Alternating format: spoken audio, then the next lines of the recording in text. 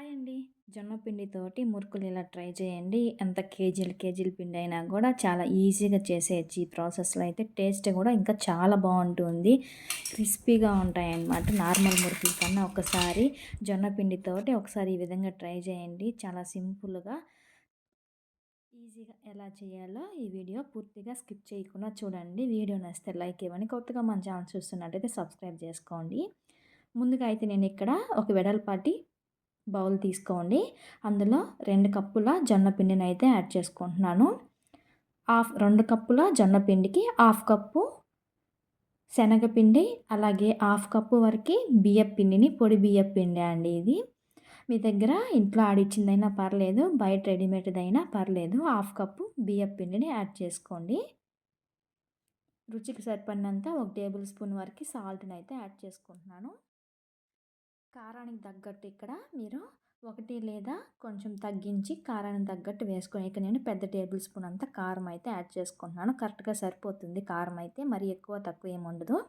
ఒక half table spoon వాముని కొంచెం నలిపి వేసుకున్నాను. ఇక్కడ నేనైతే నల్ల నువ్వుల్ని ఒక 3 టేబుల్ స్పూన్ వరకు వేసుకుంటున్నాను. మీ దగ్గర తెల్ల నువ్వులున్నా వేసుకోండి. నా దగ్గర అయితే నల్లవున్నాయి కాబట్టి నల్లవే యాడ్ చేసుకుంటున్నాను. నల్లవి ఇష్టం లేని వాళ్ళు తెల్లవైతే నువ్వులని యాడ్ చేసుకోండి. నువ్వులు క్వాంటిటీ ఏమి ఉండదు. 2 టేబుల్ స్పూన్లు లేదా 3 టేబుల్ స్పూన్లు యాడ్ చేసుకుంటే టేస్ట్ అనేది బాగుంటుంది తినేటప్పుడు.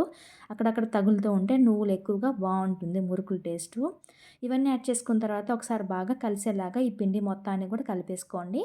కలుపుకున్న తర్వాత నేను ఇక్కడైతే ఒక 4 టేబుల్ స్పూన్ వరకు కొంచెం ఆయిల్ని వేడి చేసి ఇందులో యాడ్ చేసుకుంటున్నాను. మీ దగ్గర బటర్ ఉంటే బటర్ అయినా యాడ్ చేసుకోండి. ఆయిల్ని వేడి చేసి యాడ్ చేసుకోవడం వల్ల క్రిస్పీగా వస్తాయి. ఇంకా మనకి ఆయిల్‌లో ఫ్రై చేసినప్పుడు చాలా తక్కువ ఆయిల్‌ని అయితే అబ్జర్వ్ చేసుకుంటుంది. ఆయిల్ అయితే పెద్దగా ఉండదనమాట. ఇక్కడ నేను ఇలా ఆయిల్ వేసుకున్న తర్వాత ఒకసారి బాగా మిక్స్ చేసుకున్న తర్వాత ఇలా నొక్కితే కొంచెం ముద్దలాగా అవ్వాలి. ఆ విధంగా అయితే మీరు ఆయిల్‌ని చూసి వేసుకోండి. 3 లేదా 4 టేబుల్ స్పూన్లు యాడ్ చేసుకుంటే సరిపోతుంది. తర్వాత ఈ ఆయిల్ అంతా బాగా కలుపుకున్న తర్వాత కొంచెం కొంచెంగా వాటర్ వేసుకుంటూ, ఇక్కడ నాకు హాఫ్ కప్ కన్నా కొంచెం తక్కువే పట్టింది. వాటర్ అనేది కొంచెం కొంచెంగా వేసుకుంటూ కలుపుకోవాలి. చపాతీ ముద్దలాగా అయితే కలిపేసుకోండి. మరి ఎక్కువ వాటర్ అయితే మనకి మురుకులు అనేది ఎక్కువ ఆయిల్ పీలుస్తుంది. కొంచెం ఆయిల్‌గా ఉంటుందన్నమాట. పిండి అయితే ఈ విధంగా ఉండాలి చూడండి. ఒకసారి ఈ విధంగా మీరు జొన్న పిండితోటి మురుకులు ట్రై చేయకపోతే ఒకసారి ఈ విధంగా ట్రై చేయండి. పిల్లలైతే ఇష్టంగా తింటారు. స్నాక్స్ బాక్స్‌కి కూడా పెట్టొచ్చు. ఈవినింగ్ టైం అయితే స్కూల్ నుంచి రాగానే ఏదో ఒకటి స్నాక్స్ అడుగుతుంటారు కదా! 1 వీక్ వరకు అయితే స్టోర్ చేసుకోవచ్చు. చాలా క్రిస్పీగా వస్తాయి. నేనైతే ఈ సైజు హోల్‌తో మురుకులనేది వేసుకుంటున్నాను. ఇంకొంచెం పెద్ద సైజు కూడా ఉంటది. దాంట్లో అయినా వేసుకోవచ్చు. ఫస్ట్ సారి అయితే మనం మురుకులు గొట్టడానికి ఆయిల్ అనేది అప్లై చేసుకోవాలి. ప్రతిసారి ఏమీ అవసరం చేసుకోవాల్సిన పని ఉండదు. ఫస్ట్ సారి అయితే ఆయిల్ అప్లై చేసేసుకొని, చేతికి కొంచెం తడి అప్లై చేసుకొని, ఈ మురుకులు గొట్టడానికి సరిపడినంత కొంచెం పిండినైతే తీసుకుంటూ, మిగిలిన పిండినైతే తడి క్లాత్‌తో కప్పెట్టేయండి. ఈ విధంగా వేసుకొని స్టవ్ పైన కొంచెం హీట్ అయిన తర్వాత స్టవ్‌ని హై నుంచి మీడియంలో పెట్టుకొని వేసుకోవాలి. ఎందుకంటే సెగ వస్తుంది చేతికి. నేనైతే ఇక్కడ చిన్న చిన్న మురుకుల్లాగా అయితే ఏం వేయలేదు. ఆ మురుకులు గొట్టడానికి ఎంత పిండి అయితే ఉంటుందో అంత పిండిని ఒకేసారి అయితే యాడ్ చేసుకుంటున్నాను. పెద్ద మురుకులాగా అనమాట. ఎలాగో నలిపేస్తాం కాబట్టి డబ్బాలో వేసుకున్నప్పుడు నేను చిన్న చిన్నవైతే యాడ్ చేయలేదు. ఒకేసారి అయితే ఎంత పిండి పడుతుందో అంత మురుకులైతే యాడ్ చేసుకుంటున్నాను. ఇలా యాడ్ చేసుకోవడం వల్ల మనం ఎంత పిండి అయినా కూడా ఈజీగా చేసేయచ్చు. ఒకసారి ఆయిల్‌లో వేసేసి ఆయిల్ హీట్ అయ్యి అది కాగేలోపు అయితే మనం మురుకులు గొట్టంలోకి ఇంకొకసారి పిండిని అయితే రెండోసారికి యాడ్ చేసుకోవచ్చు.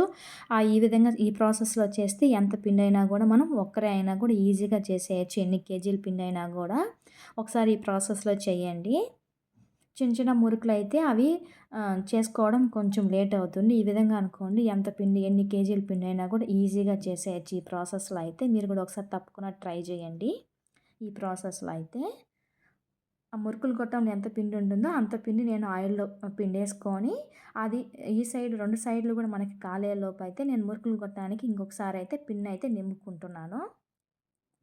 ఈ విధంగా 2 సైడ్‌లు కూడా మంచి గోల్డెన్ కలర్ ఫ్రై అయిన తర్వాత మనకి ఫ్రై అవ్వడం బబుల్స్ అనేది ఆయిల్‌లో నుంచి కొంచెం తగ్గుతుంది. అప్పుడు 2 సైడ్‌లు కూడా మంచిగా కాలినట్టు. అన్నీ కూడా ఇదే విధంగానే చేసేసుకున్నాను. ఇందులో మీకు ఎగస్ట్రా ఒక హాఫ్ కప్పు వరకి రాగి పిండి కావాలనుకుంటే కూడా యాడ్ చేసుకోవచ్చు. నేనైతే ఇక్కడ రాగి పిండి అనేది యాడ్ చేయలేదు. రాగి పిండి వేసుకుంటే ఇంకొంచెం కలర్ అయితే చేంజ్ అవుతుంది. ఇక్కడ కొంచెం బ్లాక్‌గా అనిపిస్తున్నాయి కదా! అవైతే నువ్వులు. నేను నల్ల నువ్వులు వేశాను కాబట్టి అక్కడక్కడ బ్లాక్‌గా కనిపిస్తున్నాయి. మీరు వైట్ నువ్వులేస్తే చూడడానికి కలర్‌ఫుల్‌గా ఉంటుంది.